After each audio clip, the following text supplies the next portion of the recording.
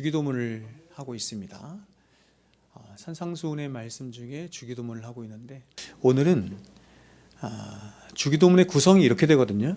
하나님을 부르고 하늘에 계신 우리 아버지여 이렇게 부르고 그 다음에 우리의 삶의 본질적인 하나님을 향한 요청이 3개가 나와요. 3개가 나오고 그 다음에 그것을 위하여서 우리에게 필요한 또 다른 어떤 필요들 혹은 요청 이것이 이제 4개가 이렇게 나오고 맨 마지막에 송영으로 이렇게 딱 구성되어 있는 것이 주기도문의 구성인데 그 중에서 지금 우리가 살펴보고 있는 것은 부름입니다. 부름. 자, 우리 기도의 대상이 있죠. 하나님이십니다. 하나님을 부르는 거죠. 근데 하나님을 어떻게 부르냐면 이렇게 불러요. 하늘에 계신 우리 아버지 이렇게 부릅니다. 하늘에 계신 우리 아버지 이렇게 부르죠. 그래서 우리가 지난 시간에 우리의 기도의 대상이신 하나님이 어떤 하나님인가 하는 것을 가장 먼저 살펴봤는데 우리의 기도의 대상이신 하나님은 가장 먼저 어떤 하나님이냐면 계신이라고 하는 말로 제가 풀어 말했습니다. 계신, 바로 살아계신 하나님이시다 이것입니다. 너무나 당연한 것 같습니까? 우리가 기도하는 기도의 대상 혹은 우리의 신앙의 대상이신 하나님은 살아계시는 하나님이시다 이런 것입니다. 성경에서는 이것을 이렇게도 많이 표현했죠.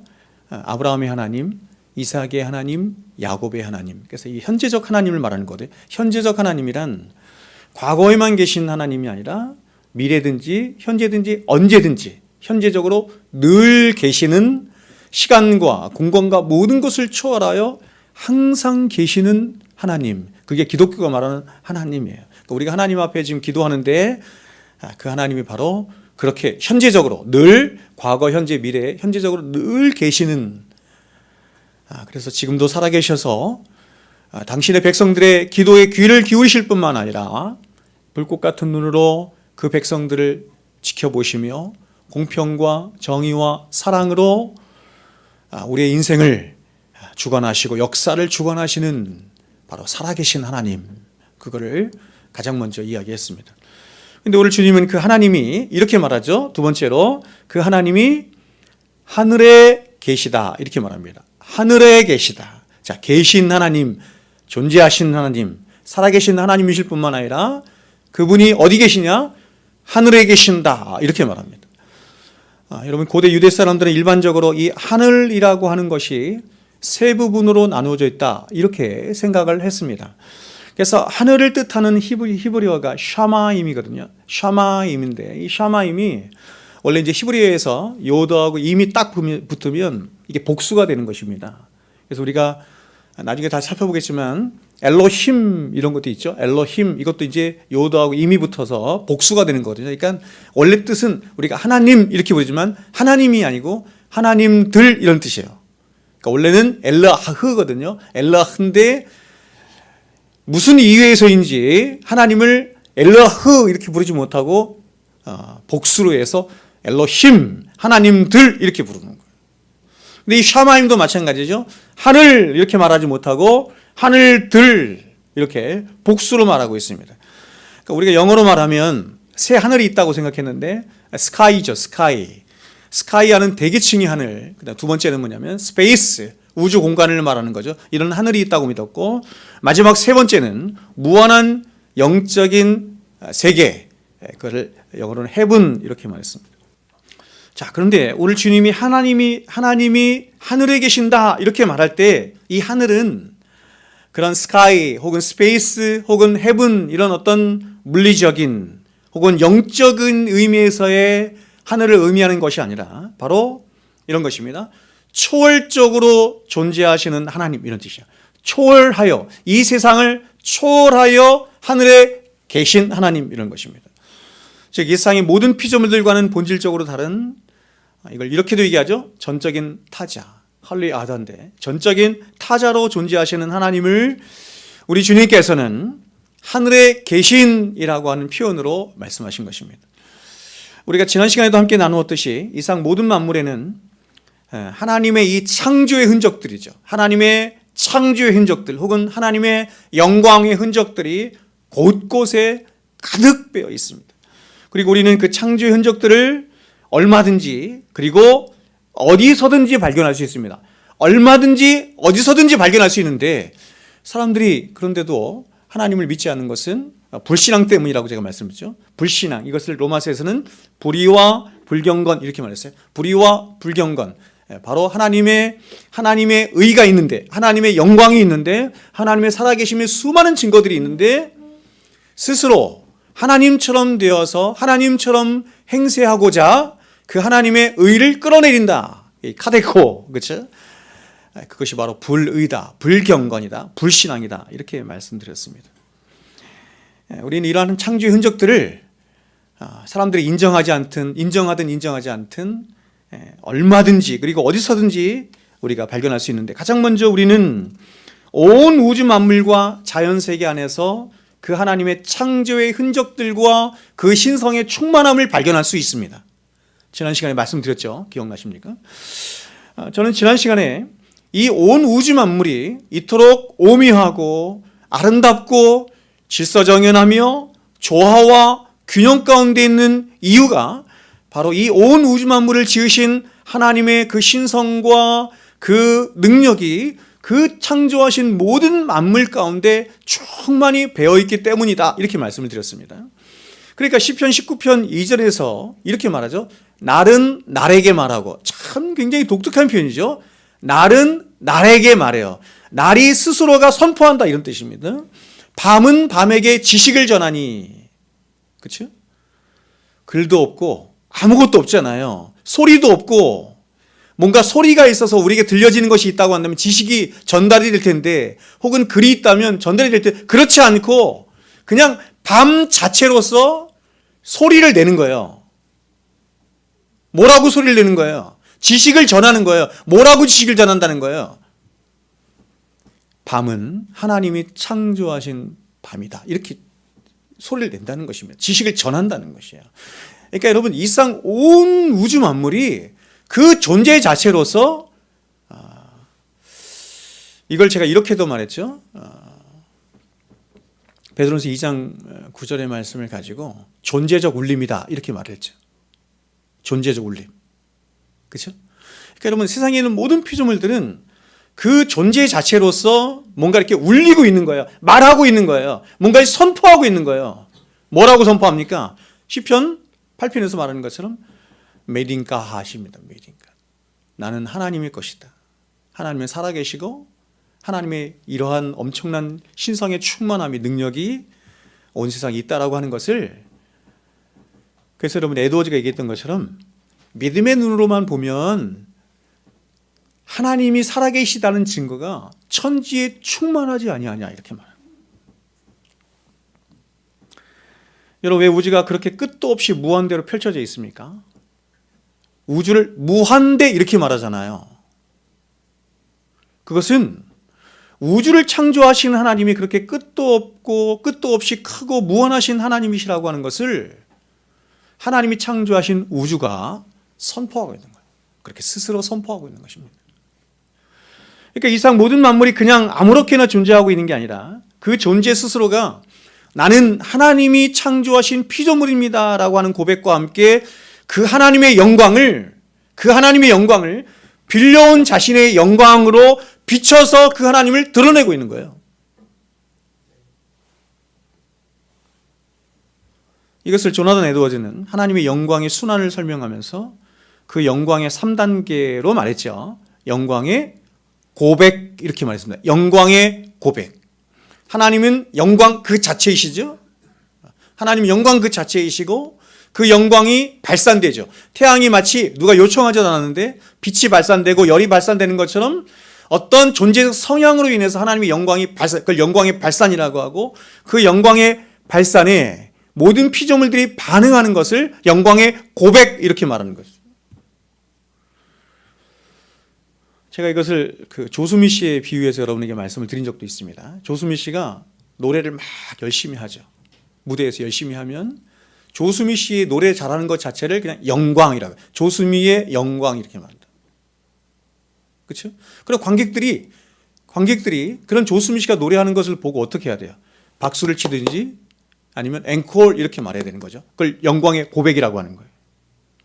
그러니까 하나님의 창조의 이 신성의 능력이 온 천지 만물에 나타나는 거거든요. 온 천지 만물을 향해서 또한 발산되는 거거든요. 그럴 때 모든 피조물들이 그 하나님의 영광을 보면서 하나님은 하나님이십니다. 하나님은 가장 착하신 분입니다. 하나님은 가장 놀랍고 영광스러운 분이십니다. 하나님은 사랑이십니다. 라고 고백하는 거죠. 그게 입술로 고백하든 삶으로 고백하든 어떤 형태도 고백하는 그걸 영광의 고백 이렇게 말을. 여러분 또한 이 세상에는 수백만 정도 더 되는 새들과 짐승들과 물고기들과 곤충들과 그 수를 헤아릴 수 없이 많은 수많은 종류의 아름다운 꽃들과 나무들이 존재하죠. 그리고 이러한 생명체들은 말로 다 할 수 없는 그런 신비스러움과 질서와 조화와 균형 가운데 한치 오차도 없이 유지되고 있고 그 나름대로의 아름다움을 드러내고 있습니다. 그렇다면 이 자연세계는 이런 질문 해보셨어요? 이 자연세계는 왜 그리고 어떻게 해서 이렇게 신비스러운 것일까? 이렇게 오묘할 수 있는 것일까?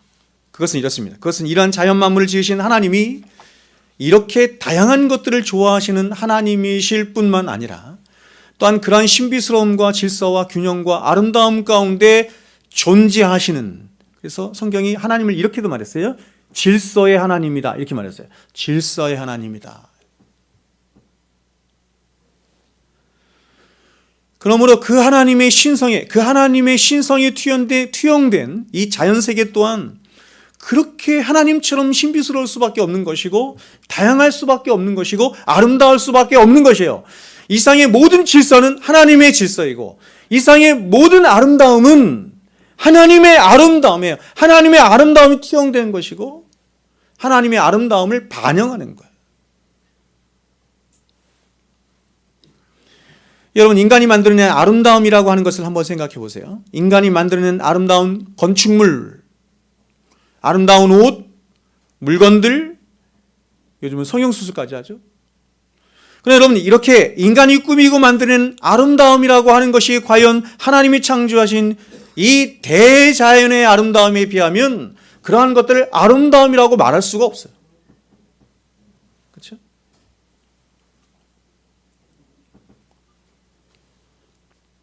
마찬가지로 이 세상에는 인간들이 만드는 수많은 다양한 색들이 존재합니다.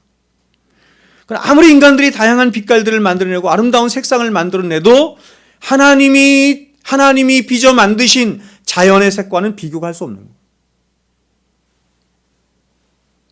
그러한 색깔을 흉내는 낼 수 있어도 똑같은 빛깔을 만들어낼 수는 없습니다. 제가 언젠가 말씀드린 것처럼 저희 교회 전도사님이었던 허금희 전도사님이 원래 미대 나오셨거든요.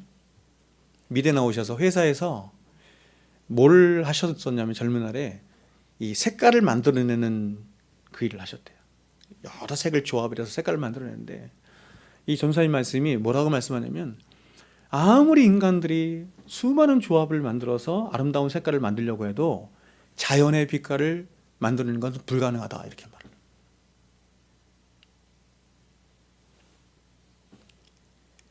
세상에 있는 모든 선함은 하나님의 선에서 빌려온 것이고 세상에 있는 모든 아름다움은 하나님의 아름다움이 투영된 거예요. 그 모든 하나님의 아름다움의 꽃이 뭔지 아세요? 그 모든 하나님의 아름다움, 하나님의 선함, 하나님의 영광의 꽃이 뭐예요? 영광의 꽃이 뭐예요? 사람. 창조에서는 사람 이렇게 말하고 새 창조에서는 뭐라고 말하냐면 예수 그리스도의 십자가 이렇게 말하는 거예요. 그래서 어떤 시인이 예수님께서 십자가를 지고 골고다 언덕을 올라가시는 걸 보고 아름답다 이렇게 말하는 거예요. 아름답다.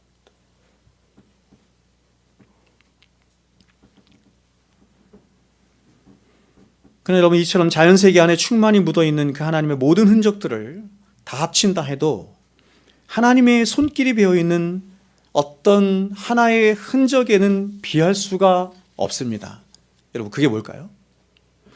자연세계 안에도 하나님의 영광에 충만한 것이 다 배어있는데 그런 하나님의 영광의 충만함이 더욱더 배어있는 곳이 있어요.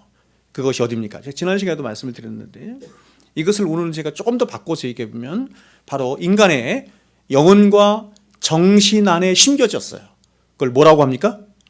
하나님의 형상이라고 하는 거예요. 여러분, 이러한 하나님의 형상은 마치 피조물 된 인간이 이렇습니다. 하나님을 인식해서 하나님을 그 아름다우시고 그 선하시고 그 위대하신 하나님을 인식해서 그 하나님을 닮아 그 하나님처럼 생각하고 그 하나님처럼 뜻을 펼칠 수 있도록 하나님이 너무 놀랍게도 다른 피조물들은 없고 인간에게만 심어주신 어떤 지성과 의지의 기능과 같은 것을 이마고 데이, 하나님의 형상, 이렇게 말을 해요. 우리 안에는 이 하나님의 형상이 있습니다. 어떤 하나님의 형상은 좁은 의미에서의 하나님의 형상은 깨졌지만 넓은 의미에서의 하나님의 형상은 아직 있는 거예요. 모든 인간은 바로 이렇게 그들 안에 심겨진 하나님의 형상을 통해서 하나님을 인지하기도 하고 하나님과 바른 관계를 갖기도 하며 더 나아가서 하나님의 뜻을 따라 살아갈 수 있는 영적인 토대를 마련하는 거예요. 그래서 여러분, 이게 좁은 의미에서의 하나님의 형상을 이렇게 세 가지로 말하죠. 하나님을 아는 지식과 의와 거룩, 이렇게 말해요. 하나님을 아는 지식과 의와 거룩이 다른 짐승들에게 있어요, 없어요? 없어요. 이 세 가지가 우리 안에 하나님의 형상으로 딱 박혀있기 때문에 이것을 통해서 우리가 하나님을 인지하고 하나님을 자각하고 하나님을 사랑하기도 하고 하나님과 바른 관계를 맺기도 하고 하나님의 뜻을 펼치기도 하는 것입니다.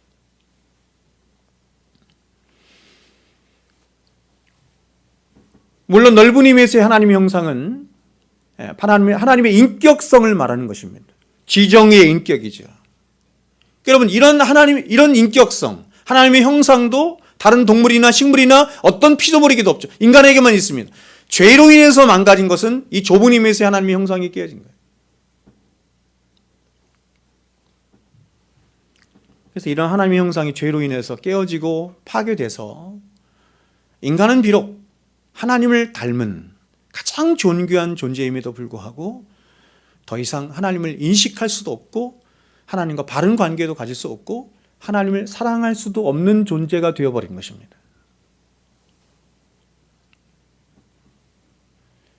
피조물이, 하나님이 창조하신 피조물이, 이게 전제라고 한다면 하나님이 창조하신 피조물이 갖는 최고의 영광은 자신을 창조하신 그 하나님과 바른 관계를 맺고 그 하나님으로부터 은혜와 생명력을 받아 누리며 그 하나님의 영광을 즐거워하며 살아가는 거예요.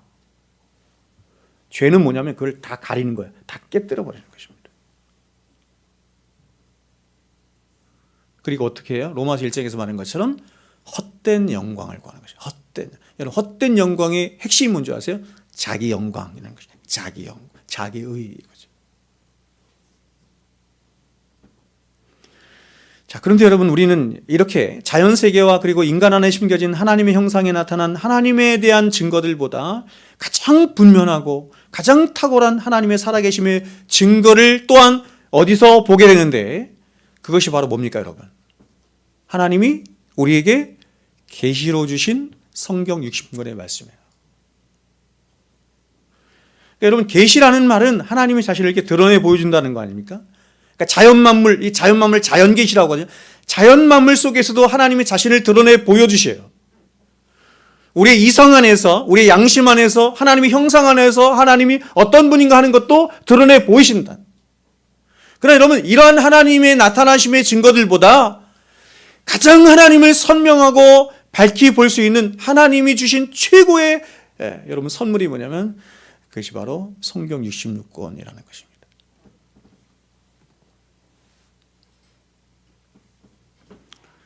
성경은 이 자연의 빛들, 제가 아까 말씀드린 어떤 하나님의 형상 안에 비춰진 하나님의 빛이나 혹은 자연 만물 안에 비춰진 이 자연의 빛, 이걸 자연의 빛이라고 하는데, 이런 자연의 빛들과는 그야말로 비교할 수 없는 그야말로 찬란한 진리의 보고가 성경입니다. 자연 안에서도, 우리 이성 안에서도, 우리 오성 안에서도, 혹은 우리 양심 안에서도, 우리에게 새겨진 하나님의 형상 안에서도 알 수 없고 볼 수 없는 것들을 어디서 보느냐? 성경을 통해서 봐요.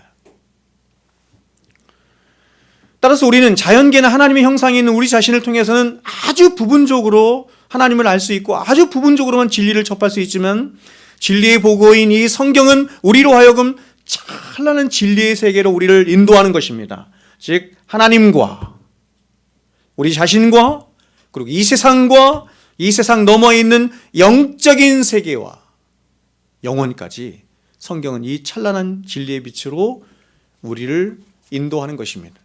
자연의 빛은 우리를 이렇게까지 인도할 수 없어요. 그래서 제가 사랑하는 로이준수 목사님의 기독교 신앙을 무한하신 하나님과 그리고 피조물 되고 죄인 된 우리 자신과 그리고 우리가 사는 이 세상과 이 세상 너머에 있는 영원한 세계까지 정확하게 보고 꿰뚫어 볼 수 있도록 하는 진리의 보고이자 진리의 체계다, 이렇게 말했습니다. 그러니까 여러분, 기독교 신앙을 종교가 아니죠. 기독교 신앙은 종교가 아닙니다. 물론 종교성이 있긴 하지만 종교가 아니고, 로이스 목사님이 얘기했던 것처럼 하나님과 영원하신 하나님과 영원한 세계와, 그렇죠? 그리고 하나님 앞에 서 있는 피조물의 세계, 더 나아가서 나 자신, 그리고 내가 사는 이런 인생 모든 것까지 정확하게 보고 해석하고 이해하며 꿰뚫어 볼 수 있도록 하는 진리의 체계가 기독교다, 이렇게 말하는 것입니다.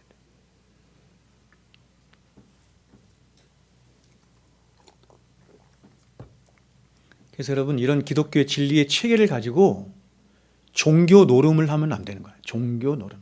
그러니까 오늘날 기독교가 이 종교 노름을 하거든요. 불교나 다른 여러 이방 종교에서 하는 그런 종교 행위들, 그리고 그 종교 행위들이 목적하는 게 있거든요. 그것을 기독교가 따라가고 있는 거예요.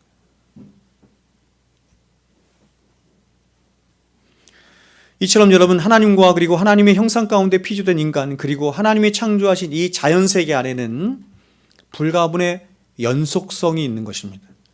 즉 이 세상의 모든 피조물들은 마치 하나의 살아있는 유기체처럼 그렇게 창조주이신 하나님과 다 핏줄처럼 연결된 채로 생명의 근원 되신 하나님으로부터 무한하신 은혜와 생명력을 공급받으며 그렇게 하나님의 영광을 드러내며 살아가게 되는 것입니다. 하나님이 그렇게 온 우주의 피조물들을 그렇게 창조하셨어요. 자신과 핏줄처럼 다 연결돼서 자신으로부터 생명과 은혜를 공급받으며 당신에게 영광의 고백을 하도록, 그 영광을 찬양하도록, 그래서 당신을 예배하도록 하나님이 세상 우주 만물을 창조하셨다, 이렇게. 그 질서를 뭐가 깨뜨렸다? 죄가 깨뜨렸다, 이런 것입니다. 그러므로 이 세상 모든 피조물들은 결국 하나님 안에 존재한다고 하죠. 하나님 안에 존재할 뿐만 아니라 또한 그 하나님은 어디에 존재하세요? 모든 피조물들 안에 거하신다, 이렇게 표현하죠. 거하신다. 내가 너희 안에, 네가 내 안에, 이렇게 말하잖아요. 그러나 여러분, 그럼에도 불구하고 우리가 여기서 결코 잊지 말아야 할 한 가지 중요한 사실이 있는데, 그것은 이렇게 하나님과 피조물들이 유기적인 연속성 안에 하나로 존재하는 것이, 핏줄처럼 하나가 되어서 유기적으로 존재하는 것이 사실이지만, 그러나 인간을 비롯한 모든 피조물들과 하나님 사이에는 절대로 범접할 수 없는 무한한 질적 차이가 존재한다는 것입니다. 자, 이것을 넘어서면 이단이 되는 것입니다. 쉽게 말하면 하나님은 하나님이시죠. 하나님은 오직 하나님만 하나님이시고, 저와 여러분은 변할 수 없는 피조물이라는 사실입니다. 그래서 아까 우리 집사님이 기도하실 때 기도하셨던 것처럼 우리 평생에 배워야 할 것이 뭐냐면, 내가 하나님 앞에 죄인이고 피조물이라는 것을 깊이 배우는 거예요. 이게 배우기 쉬울까요? 그렇지 않습니다. 교회를 20년, 30년 다녀도 이 지식을 갖지 못한 사람들 허다분하게 많습니다. 죄는 다른 것이 아니라 한마르티아, 이 죄인데, 한마르티아, 죄의 어원은 어떤 뜻이냐면 관역을 벗어난다 이런 뜻이에요. 관역을 벗어난다. 다른 말로 해볼게요. 자신의 본연의 위치를 벗어난다 이런 뜻이에요. 피조물 되고 죄인 된 자신의 위치를 벗어난다. 그럼 어떤 위치로 가려고 해요? 자신이 하나님처럼 되려고 한다. 이게 죄의 어원이에요. 그래서 모든 인간 안에는 여전히 죄가 있는 한 끊임없이 자신이 하나님처럼 되려고 하는 성향이 있어요.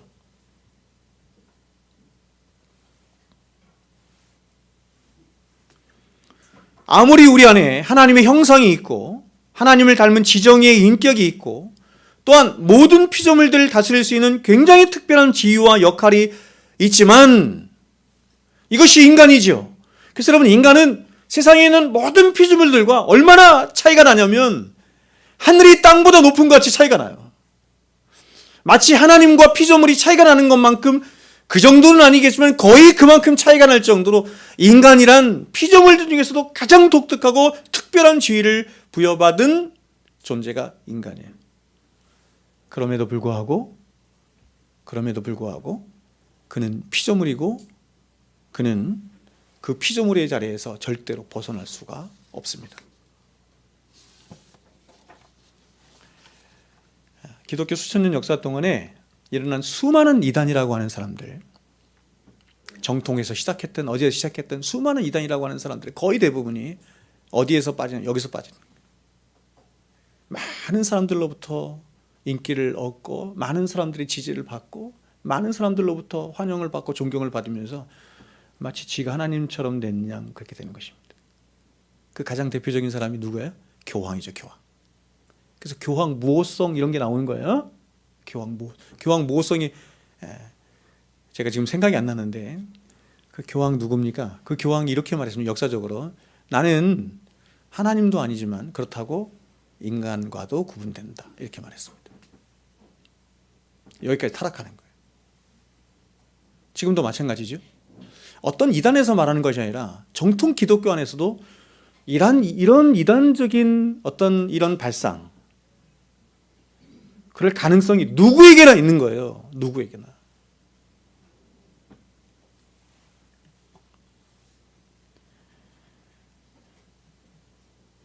그러니까 여러분, 제가 이제 지난 수요일 날 목사론에 대해서 설교를 했지 않습니까?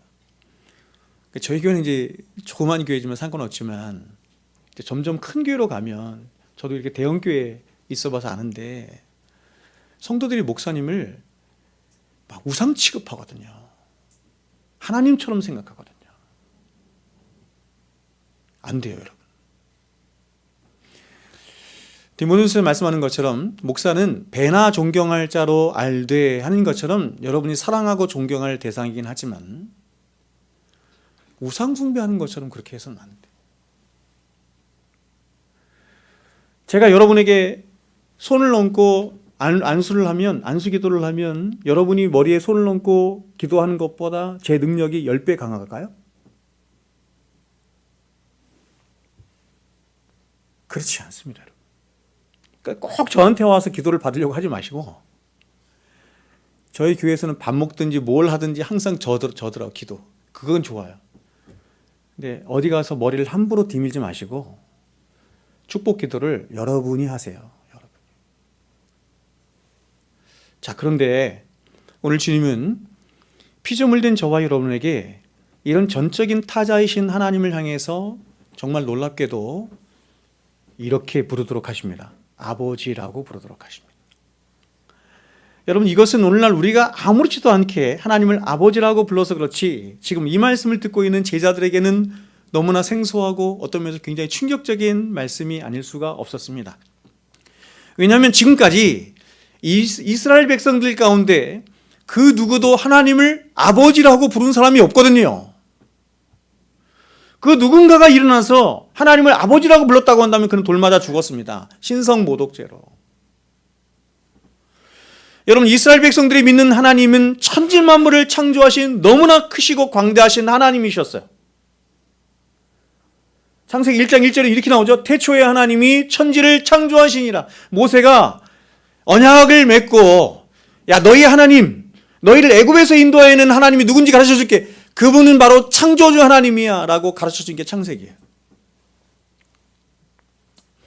그러니까 히브리 사람들이 믿는 하나님은 세상의 다른 어떤 나라나 어떤 민족에서 믿는 어떤 신과는 완전히 구분되는 천지 만물을 창조하신 너무나 크시고 광대하신 하나님이에요. 그래서 제가 아까 말씀드린 것처럼 이 사람들이 하나님을 그래서 엘르하흐 이렇게 말하지 못하고 장원복수라고 하거든요. 장원복수, 엘로힘 이렇게 불렀어요.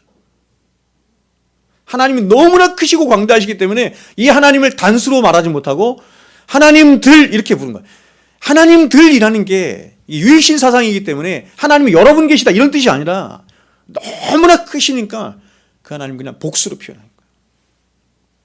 그래서 그들은 하나님이 스스로 자신을 계시하여 주신 하나님의 칭호가 있죠. 하나님이 자신을 스스로 하여 계시하여 주신 칭호가 뭐예요, 여러분? 예, 많은 사람들이 여호와로 알고 있습니다. 저도 여호와라고 말을 했죠. 근데 그게 발음이 여호와인지는 아무도 몰라요. 왜냐하면 원래 히브리어에는 모음이 없기 때문에. 자음만 줬잖아요. 네 글자만 있는 거예요. 근데 이 모음을 어떻게 붙이냐에 따라서 읽는 게 다르죠. 그래서 어떤 사람은 여호와, 그러니까 여호와라고 하는 말은 사실은 마소락파들이 이제 거기다 딱 붙인 건데 여호와라 부르기도 하고 체호바라고 야훼라고 부르기도 하고. 그래서 여러분 이걸 신성 네 글자라고 불렀어요. 신성 네 글자. 하나님이 자신의 칭호라고 해서 네 글자를 주시긴 했는데 이 하나님의 이름을 감히 부르지 못해서 못 부르는 거예요. 그 여기에다가 그래서 이 히브리 사람들이 어떻게 했냐면 아도나이라고 하는, 아도나이가 나의 주 이런 뜻이거든요. 이게 모음을 붙였어요. 그래서 그냥 이 글자가 나오면 이 히브리어 글자를 그냥 읽은 것이 아니라 그냥 아도나이 나의 주 이렇게 읽거나 그냥 저 이렇게 읽었어요.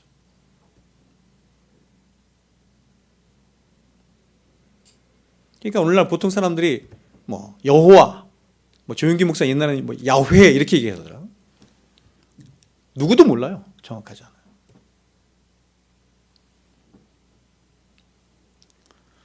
그러므로 여러분 이런 이들에게 그 크고 두려우신 하나님을 아버지라고 부르도록 하신 주님의 말씀은 가히 충격이 아닐 수가 없는 겁니다.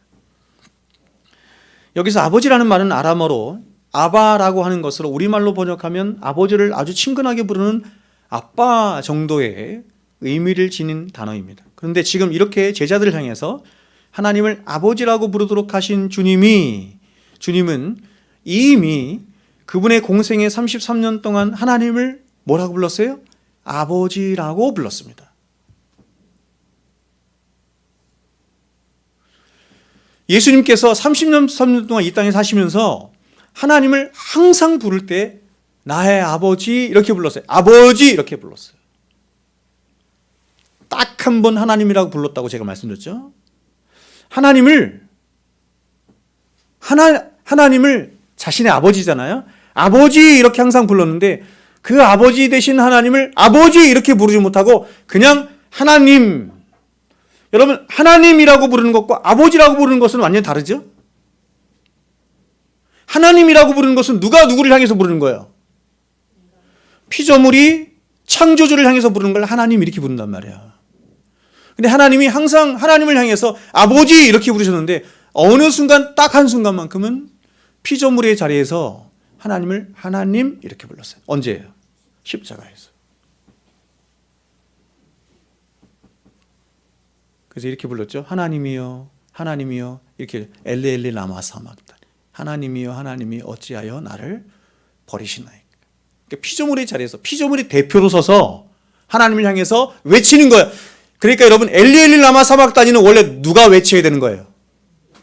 우리가 외쳐야 되는 거예요. 죄인된 인간이 외쳐야 될 그 외침을 예수님께서 둘째 아담이 되셔서 십자가에서 대신 외치신 게 엘리 라마 사막다니인 것입니다.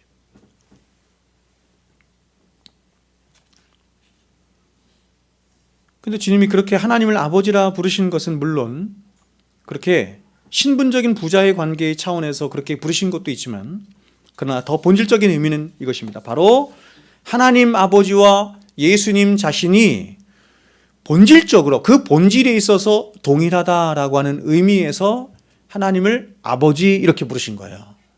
더 본질적인 의미에서. 자, 여러분 한번 생각해 보세요. 저기 우리 바울이가 있는데 바울이가 저에게 아빠 이렇게 부릅니다. 아빠 이렇게 부르죠.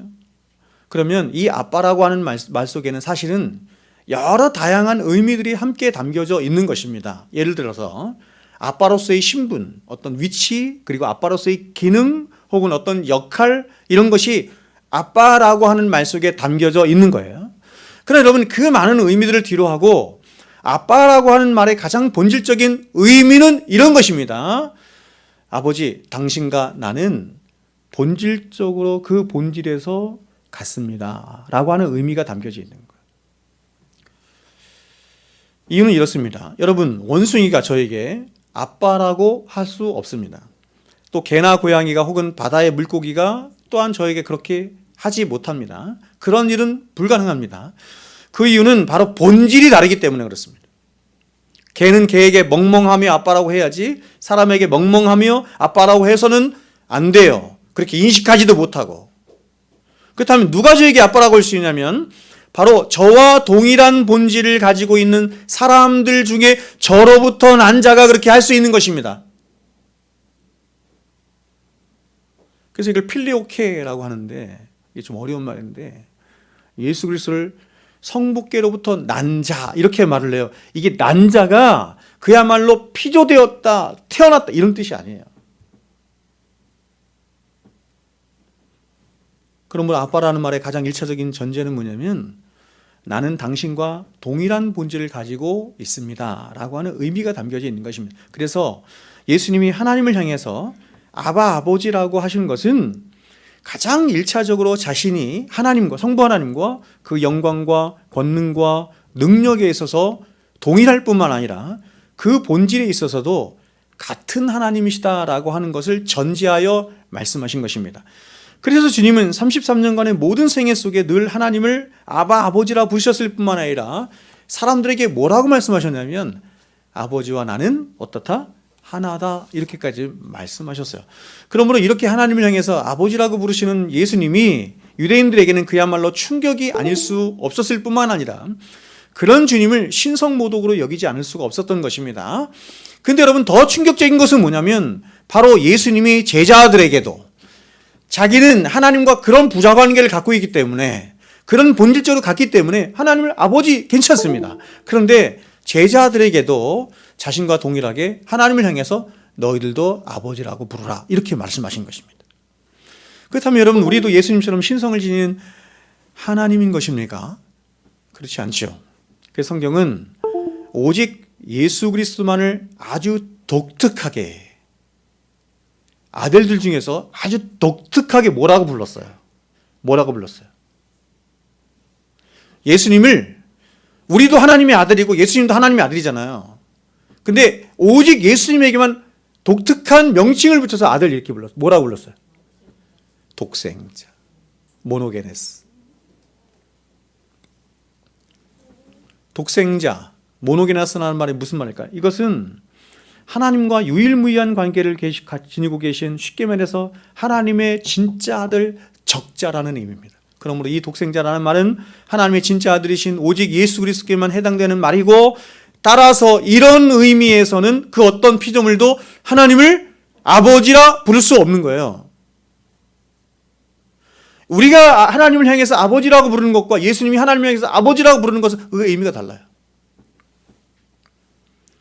그렇다면 지금 예수님이 제자들 향해서 하나님을 아버지라 부르도록 하신 것은 과연 어떤 의미입니까? 여기에는 굉장히 심오한 비밀이 담겨져 있는데 즉 이 말씀 속에는 하나님이 예수님을 왜 이 땅에 보내셨고 왜 십자가에서 죽게 하셨는지에 대한 그 비밀이 담겨져 있는 것입니다. 여러분 왜 하나님이 예수님을 이 땅에 보내셨습니까? 왜 십자가에서 죽게 하셨습니까? 왜 우리를 위해서 대신 고난받으시고 십자가에서 죽게 하셨습니까? 가장 근본적인 본질적인 이유가 뭐예요? 그것은 바로 그 구원이라고 하는 의미가 그 구원이라고 하는 성경이 말하는 구원은 이렇게 작게도 얘기할 수 있고 좀 더 폭넓게도 얘기할 수 있고 더 크게도 얘기할 수 있는 거예요. 예를 들면 지금도 질문 말씀하셨으니까 출애굽기를 예를 들면 이스라엘 백성들 예를 들면 이스라엘 백성들 애굽에서 출애굽시키는 거 그걸 구원이라고 그래요. 그렇죠? 그러나 여러분, 성경은 그것만을 구원이라고 말하지 않고 광야 40년 동안 하나님이 계속해서 그들을 인도해 내시는 것 또한 구원이라고 해요. 더 궁극적으로는 그들을 이끌고 가나안 땅으로 들어가는 것을 구원, 이렇게 얘기해요.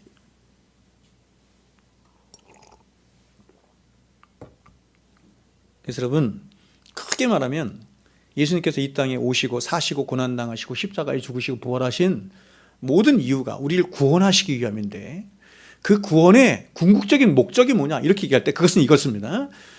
우리의 하나님의 맏아들 되신 예수 그리스도를 본받는 하나님의 아들들이 되기 위함이다, 이렇게 말했습니다.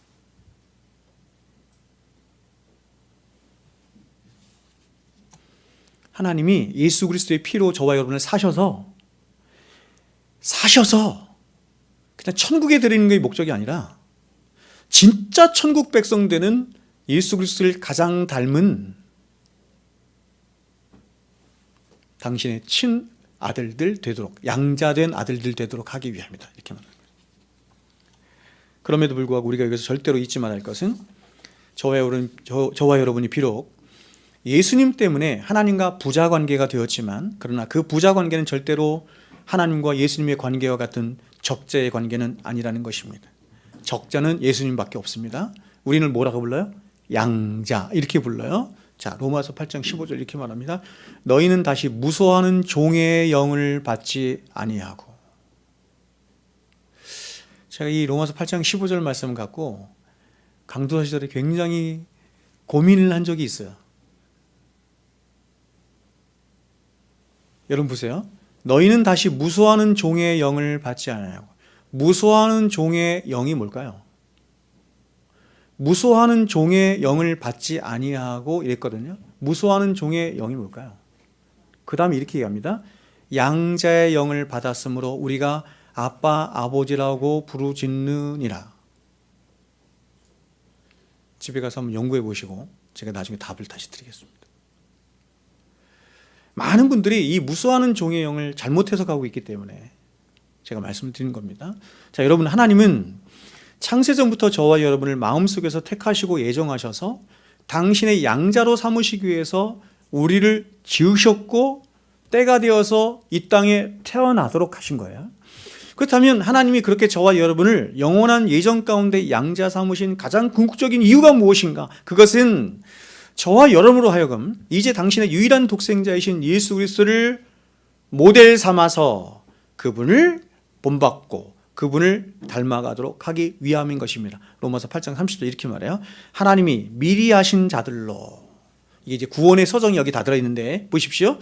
하나님이 미리 하신 자들로 또한 그 아들의 형상을 본받기 위하여, 목적이죠.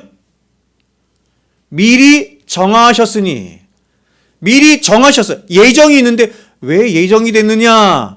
그 목적이 아들의 형상을 본받기 위하여다. 이는 그로 많은 형제 중에서 맏아들이 되게 하려 하십니다.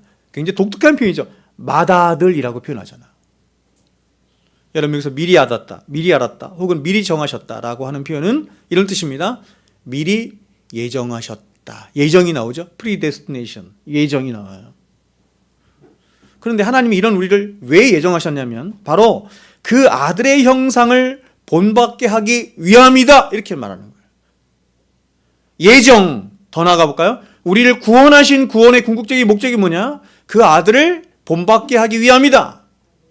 그러니까 자신의 양자된 저와 여러분을 향하신 하나님의 유일한 한 가지 뜻이자 목적은 뭐냐면 바로 자신의 유일한 독생하신 예수를 닮아가도록 하는 것에 있는 것입니다.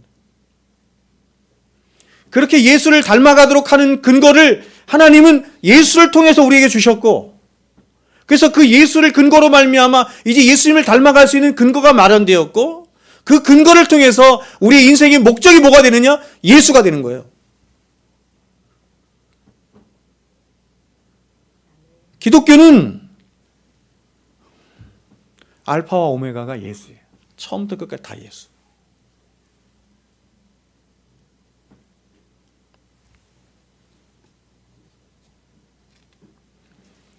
여러분에게 한번 질문해 볼게요.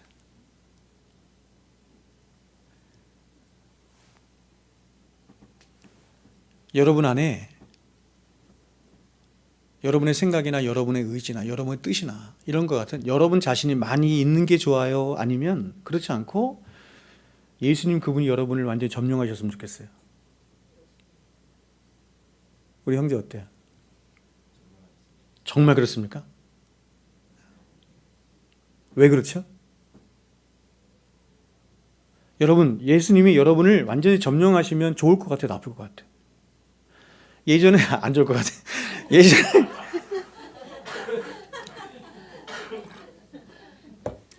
그러니까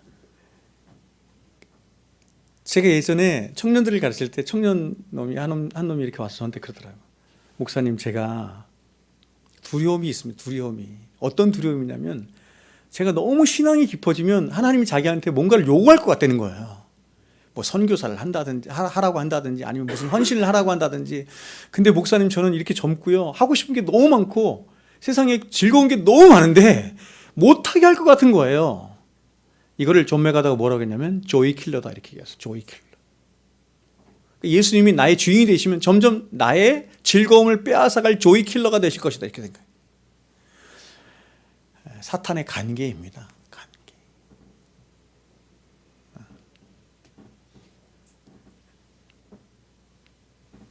인생이 가질 수 있는 최고의 복은 하나님이에요. 하나님. 하나님이 주신 어떤 선물이 아니라, 다시 말하면 이 땅에서 우리가 잘 먹고 잘 살고 형통하고 어떤 명예를 갖고 이런 걸 복이라고 하지 않고, 하나님은 진짜 복을 주길 원하시는데 그 진짜 복이 뭐냐면 하나님 그분이시에요. 그래서 그 하나님 그분을 우리 안에 주시기 위해서 때로는 물질을 빼앗아 가기도 하고 명예를 거둬 가시기도 하고 건강을 빼앗아 가시기도 하고.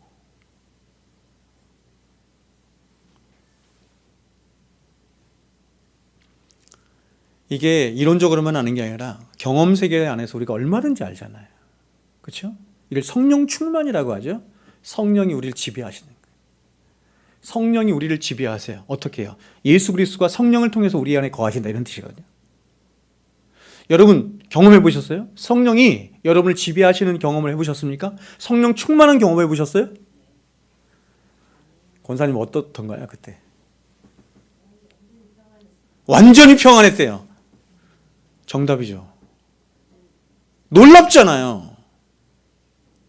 사람이 예수님이 우리 안에서 걷어가시면 사람은 무질서해져요. 어두워져요. 온갖 더러운 것과 추악한 것, 이것만 생각나고 그런 짓만 하고 그런 행동만 하고, 그리고 불안하고 염려하고 두려워하고. 근데 놀랍게도 예수님이 성령을 통해서 우리 안에 거하시면 그 모든 두려움이 사라져. 염려가 사라져. 걱정이 사라져. 그리고 질서가 잡혀요. 선생님 말씀하신 것처럼 그걸 평강이라고 해요. 에이레네. 샬롬이죠. 예수님 이 땅에 오셔서 십자가에 죽으시고 부활하신 가장 궁극적인 목적은 우리에게 평강을 주시기 위함이에요. 그래서 제가 말씀드렸죠. 사도 바울이 13편의 모든 서신에 이렇게 말해요. 은혜와 평강이 있기를 원하라. 은혜와 평강이 있기를. 은혜는 예수 그리스도 자신을 말하는 거예요. 내가 왜 왔는 줄 아니? 내가 너에게 은혜를, 기독교 신앙의 핵심은 은혜잖아요. 은혜의 종교라고 하죠. 왜 은혜가 있다면 아니냐? 은혜로 말미암아 너에게 평강이 있도록 하기 위함입니다.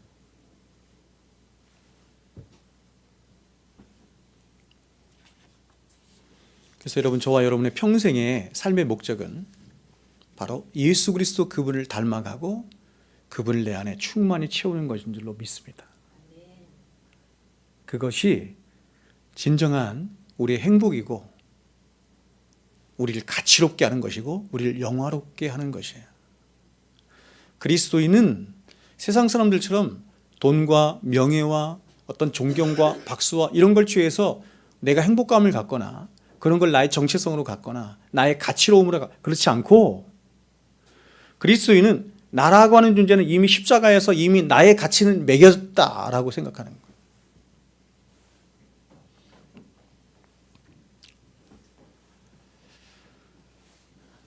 결국 예수님은 우리의 맏아들이 되셨습니다.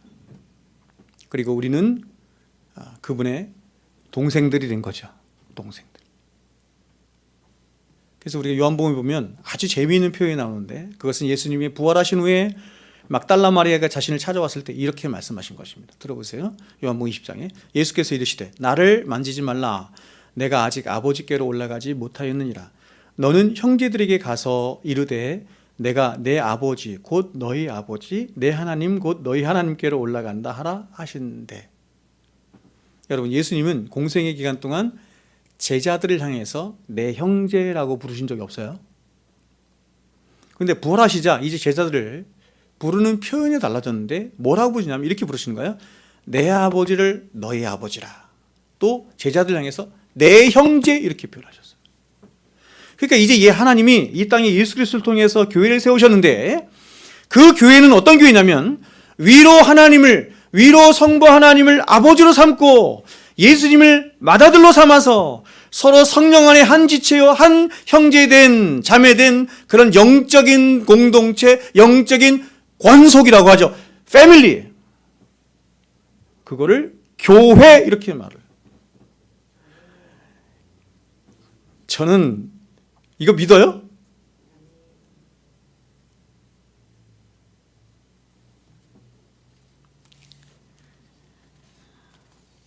저는 오늘날 교회 안에 있는 수많은 사람들이 이거 안 믿는다고 생각해요.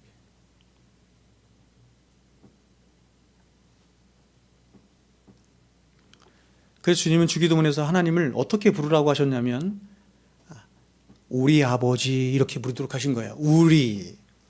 그러므로 이제 하나님을 아버지라 부르는 모든 자들은 다 예수 안에서 한 형제요 한 자매된 자들인 것입니다.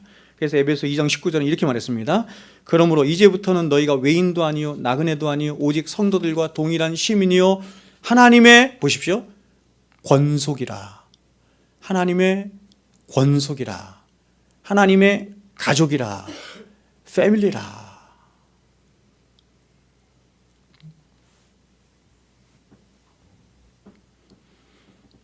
갈라디아서 6장 10절입니다. 그러므로 우리는 기회 있는 대로 모든 이에게 착한 일을 하되 더욱 믿음의 가정들에게 할지니라. 여기서 바울은 착한 일의 우선순위를 이야기합니다. 그것은 바로 믿음의 가정들로부터 하라는 것입니다. 여러분, 세상부터가 아니죠. 이웃부터가 아닙니다. 직장 동료부터가. 이게 요한복음 10장에도 등장하죠. 누구부터냐면 주 안에 함께한 형제 자매들로부터입니다. 그래서 여기서부터 이렇게 바깥으로 나가는 거예요. 오늘날 어떤 교회나 어떤 목사님들은 교회는 세상을 위하여 존재한다 이렇게 말을 합니다. 세상을 섬기고 세상을 향하여 있도록 교회가 하나님께서 존재하셨다. 그래서 대사회적인 봉사를 하는 것을 교회가 가져야 할 최고의 사명으로. 그렇지 않아요, 여러분.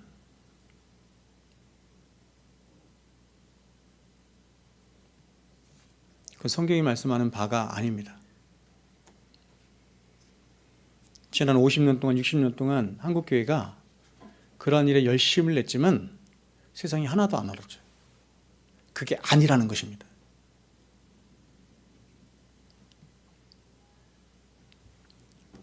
그러므로 교회는 이렇게 한 성령 안에서 서로를 향해 절대로 남이라고 생각해서는 안 되는 겁니다.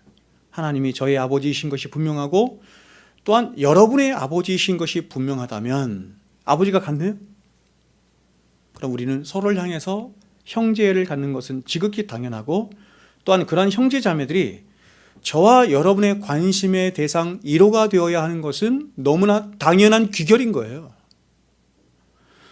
여러분, 저는 이런 의미에서 오늘날 우리 교회들의 현실에 아픔을 갖지 않을 수가 없습니다. 왜냐하면 오늘날 현대의 사람들은 서양에서 배운 개인주의 사상의 영향으로 점점 더 신앙생활을 개인주의화 돼가고 가족관계로 하려 하지 않기 때문에 그렇습니다. 자, 여러분 집에 가면 가족이 있죠? 이 가족의 확대를 하나님께서 뭐로 주신 거냐면 교회로 이렇게 주신 거예요. 그러니까 여러분에게 물을게요. 이 교회가 여러분의 가족이라고 믿습니까? 잘 안 믿거든요. 오늘날 사람들은 자신과 다른 사람들 사이에 절대로 넘어서는 안 되는 높은 벽을 치고 너는 너, 나는 나. 교회 안에서조차 개인주의를 내세우면서 너는 너, 나는 나. 자신의 울타리 영역 안으로 누구도 들어오지 못하도록 해. 그 사람들은 교회에 와서도 마치 연극을 보러 온 관객처럼 그렇게 관객으로 있다가 가기를 원하는 것입니다. 연극 관람을 하러 온 관객처럼 혼자 조용히 와서 무대에서 공연을 하는 목사의 설교를 듣고 장로의 기도를 듣고 찬양대의 찬양 공연을 듣고 그리고 마지막으로 평가를 하고 이제 관람료 내고 다시 집으로 돌아가는 거죠. 그래서 오늘날 사람들이 대형교회를 선호하는 이유 중 하나도 바로 이런 이유 때문입니다. 간섭받기가 싫은 것입니다. 제가 교회를 개척하고 여러 번 들은 말 중에 하나가 뭐냐면 이런 것입니다. 목사님, 제가 교회는 열심히 다니겠지만 신방울 생각하지 마십시오.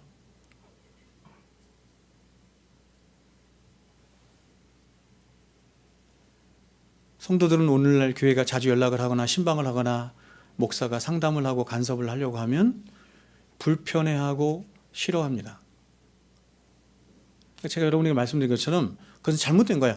하나님이 세우신 교회는 목양적 원리, 목양적 관계.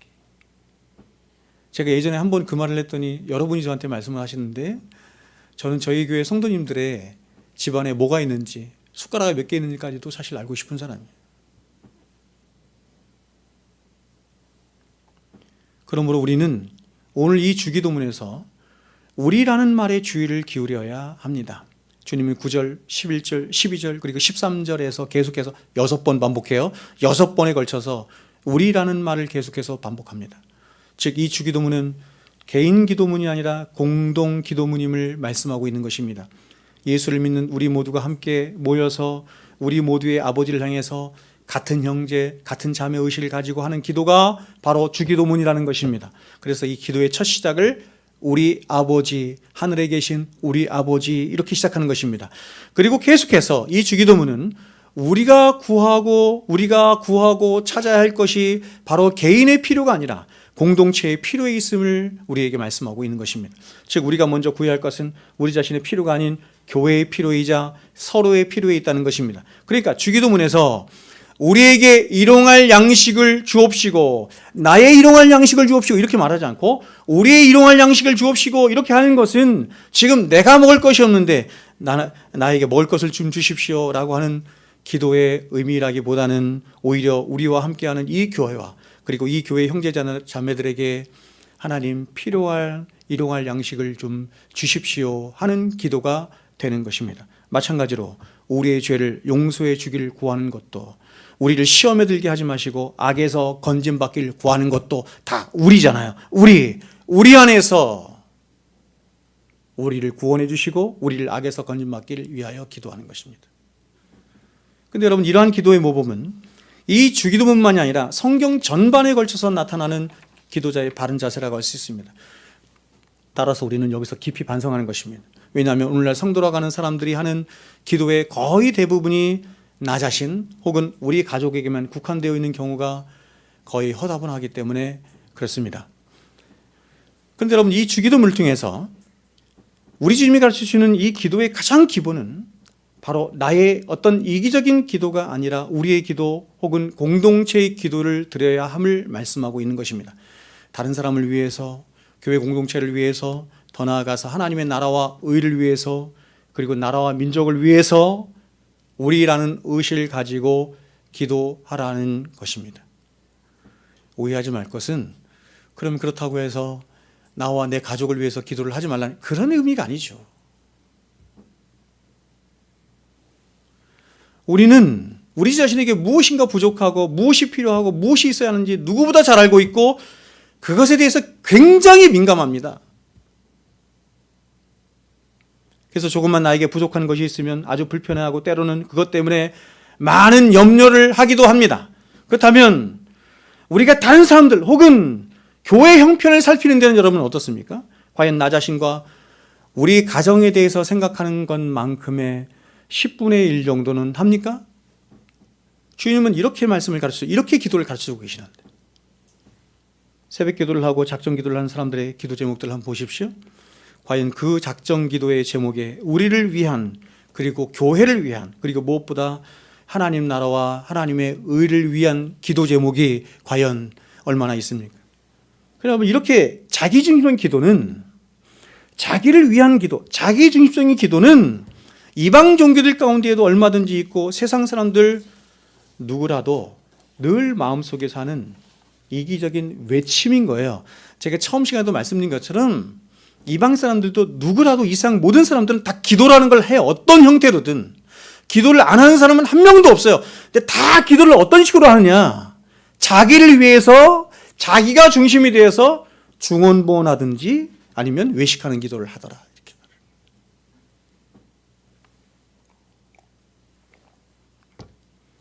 그럼 왜 그럴까요? 왜 우리는 이렇게 이기적인 기도밖에 하지 못하는 것입니까? 그것은 이렇습니다. 내 옆에 있는 형제, 자매가 혹은 이 교회가 우리 교회라고 여겨지기 않기 때문에 그렇습니다. 제가 여러분에게 여러 번 말씀드렸지만 교회를 얘기할 때 이 교회 이렇게 표현하는 것은 굉장히 나쁜 표현인 거예요. 왜냐하면 나와 교회를 이렇게 분리시켰잖아요. 제가 지난 시간에 말씀드린 것처럼 하나님이 이스라엘 백성들에게 진노하셨을 때 그 백성들 중에서 내 백성이라고 말하지 않고 항상 어떻게 말씀하셨죠? 이 백성 이렇게 분리시켰어요. 혹은 모세에게 향해서 모세 네 백성 이렇게 말했단 말이에요.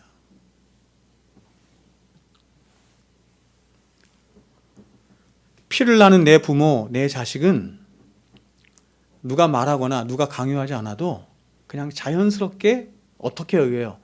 우리라고 여겨요. 우리라는 말이 그런 말 아닙니까? 우리라고 여기기 때문에 그런 우리를 위해서라면 얼마든지 자연스럽게 그냥 희생하고 기도하고 나를 내어줘요. 그러나 성령 안에 함께한 다른 지체들에 대해서는 교회는 성령 안에 함께한 공동체 아닙니까? 근데 성령 안에 이라는 말이 이게 안 와닿는 거예요. 성령 안에 함께한 다른 지체들에 대해서 이 성령 안에 혹은 지체 안에서의 이 감각이나 이 말이 잘 와닿지 않기 때문에 그런 우리를 혈육과 관계에 있는 그런 우리가 아니라 성령 안에 있는 우리를 우리라고 잘 여기지 않는 거예요. 그러나 여러분 제가 여러분께 여러 번 말씀드렸지만 여러분의 혈육의 관계는 기껏해야 이 땅에서의 50년, 60년 함께 하지만 그러나 성령 안에서의 관계는 영원히 함께 하는 것입니다. 영원히.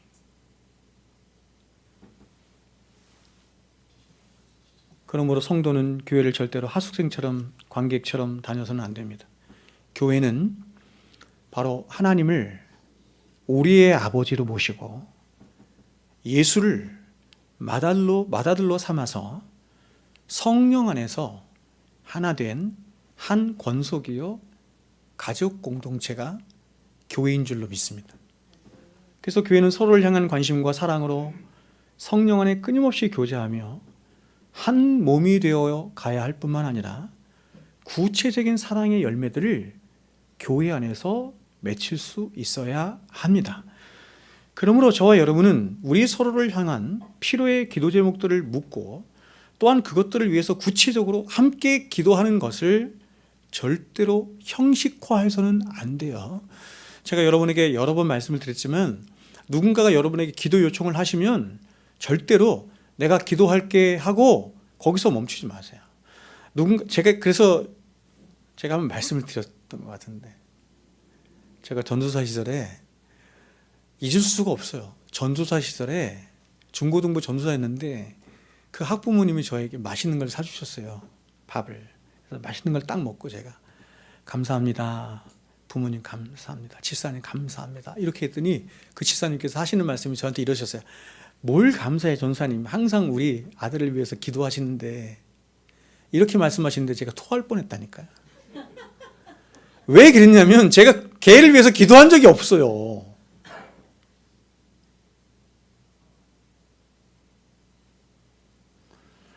여러분 보통 이제 이렇게 몇백 명, 몇천 명 모이는 교회들 가면 목사들이 성도들 만나면서 맨날 그러죠. 기도하고 있습니다. 기도할게. 다 거짓말이에요. 뭉뚱거려서 기도해. 기도도 잘 하지도 않아. 제가 그때 얼마나 미안했는지 몰라요. 얼마나 송구스럽고 얼마나 창피했는지 모릅니다. 그래서 제가 그때부터 다짐한 게 뭐냐면 누군가 저에게 기도해 주십시오 딱 얘기하면 그냥 그 자리에서 기도해요. 그 자리에서. 그 자리에서 길지는 않지만 15초, 30초라도 기도하는 거예요. 그러니까 여러분도 우리가 서로를 향해서 누가 기도 요청을 하거나 이러면 기도하겠습니다 이런 말 하지 마시고 그냥 그 자리에서 기도하세요. 아멘이시죠? 그렇다고 해서 여러분 기도의 골방이나 딴 자리에 나가서 기도하지 말라는 얘기가 아니라 더 기도하셔야죠. 정말 진심을 갖고 더 정말 중심을 들여서 기도해야 되지만 즉각적으로 기도하시기를 제가 요청하는 바입니다. 말씀을 뵙겠습니다. 여러분, 우리가 믿는 하나님이, 저는 여러분 하나님이라고 하는 말 속에서도 제가 얼마나 감격하는지 모르지만 아버지라고 하는 말을 제가 기도할 때, 외칠 때 얼마나 많은 감격을 하는지 모릅니다. 천지만물을 창조하신 그분이, 그 창조주 하나님이 나의 아버지시다. 그분이 나의 아버지시라고 하는 것을, 그분이, 여러분 그렇잖아요. 우리도 그렇지 않습니까? 우리 자녀를 위해서는 뭐든지 다 내어줄 수 있잖아요. 그분이 우리의 아버지라고 하는 사실을 무엇을 통해서 확증하셨냐면 자신의 아들을 아낌없이 내어주시는 것을 통해서 확증하신 것입니다. 그분이 우리의 아버지이신 줄로 믿습니다. 또한 우리 주님이 저와 여러분을 우리로 부르셨음을, 그리고 한 성령 안에 한 형제요 자매된 자들로 함께 부르셨음을 잊지 맙시다. 성령 안에서 하나가 된 이 교회 공동체를 힘써 지켜나가는 것이, 그래서 저와 여러분의 최고의 사명이요 의무라고 주님께서 말씀합니다. 세상에 나가서 착한 일하고 세상에 나가서 선한 일하고 이런 것은 차후의 문제고, 가장 첫 번째는 믿음의 가정들에게 먼저 해야 할 줄로 믿습니다. 교회를 사랑하고 옆에 있는 지체를 돌아보고 지체들의 필요를 보며 사랑으로 경험되고 증험되고 열매 맺는 저와 여러분 될 수 있기를 주의 이름으로 축원드립니다. 기도하겠습니다.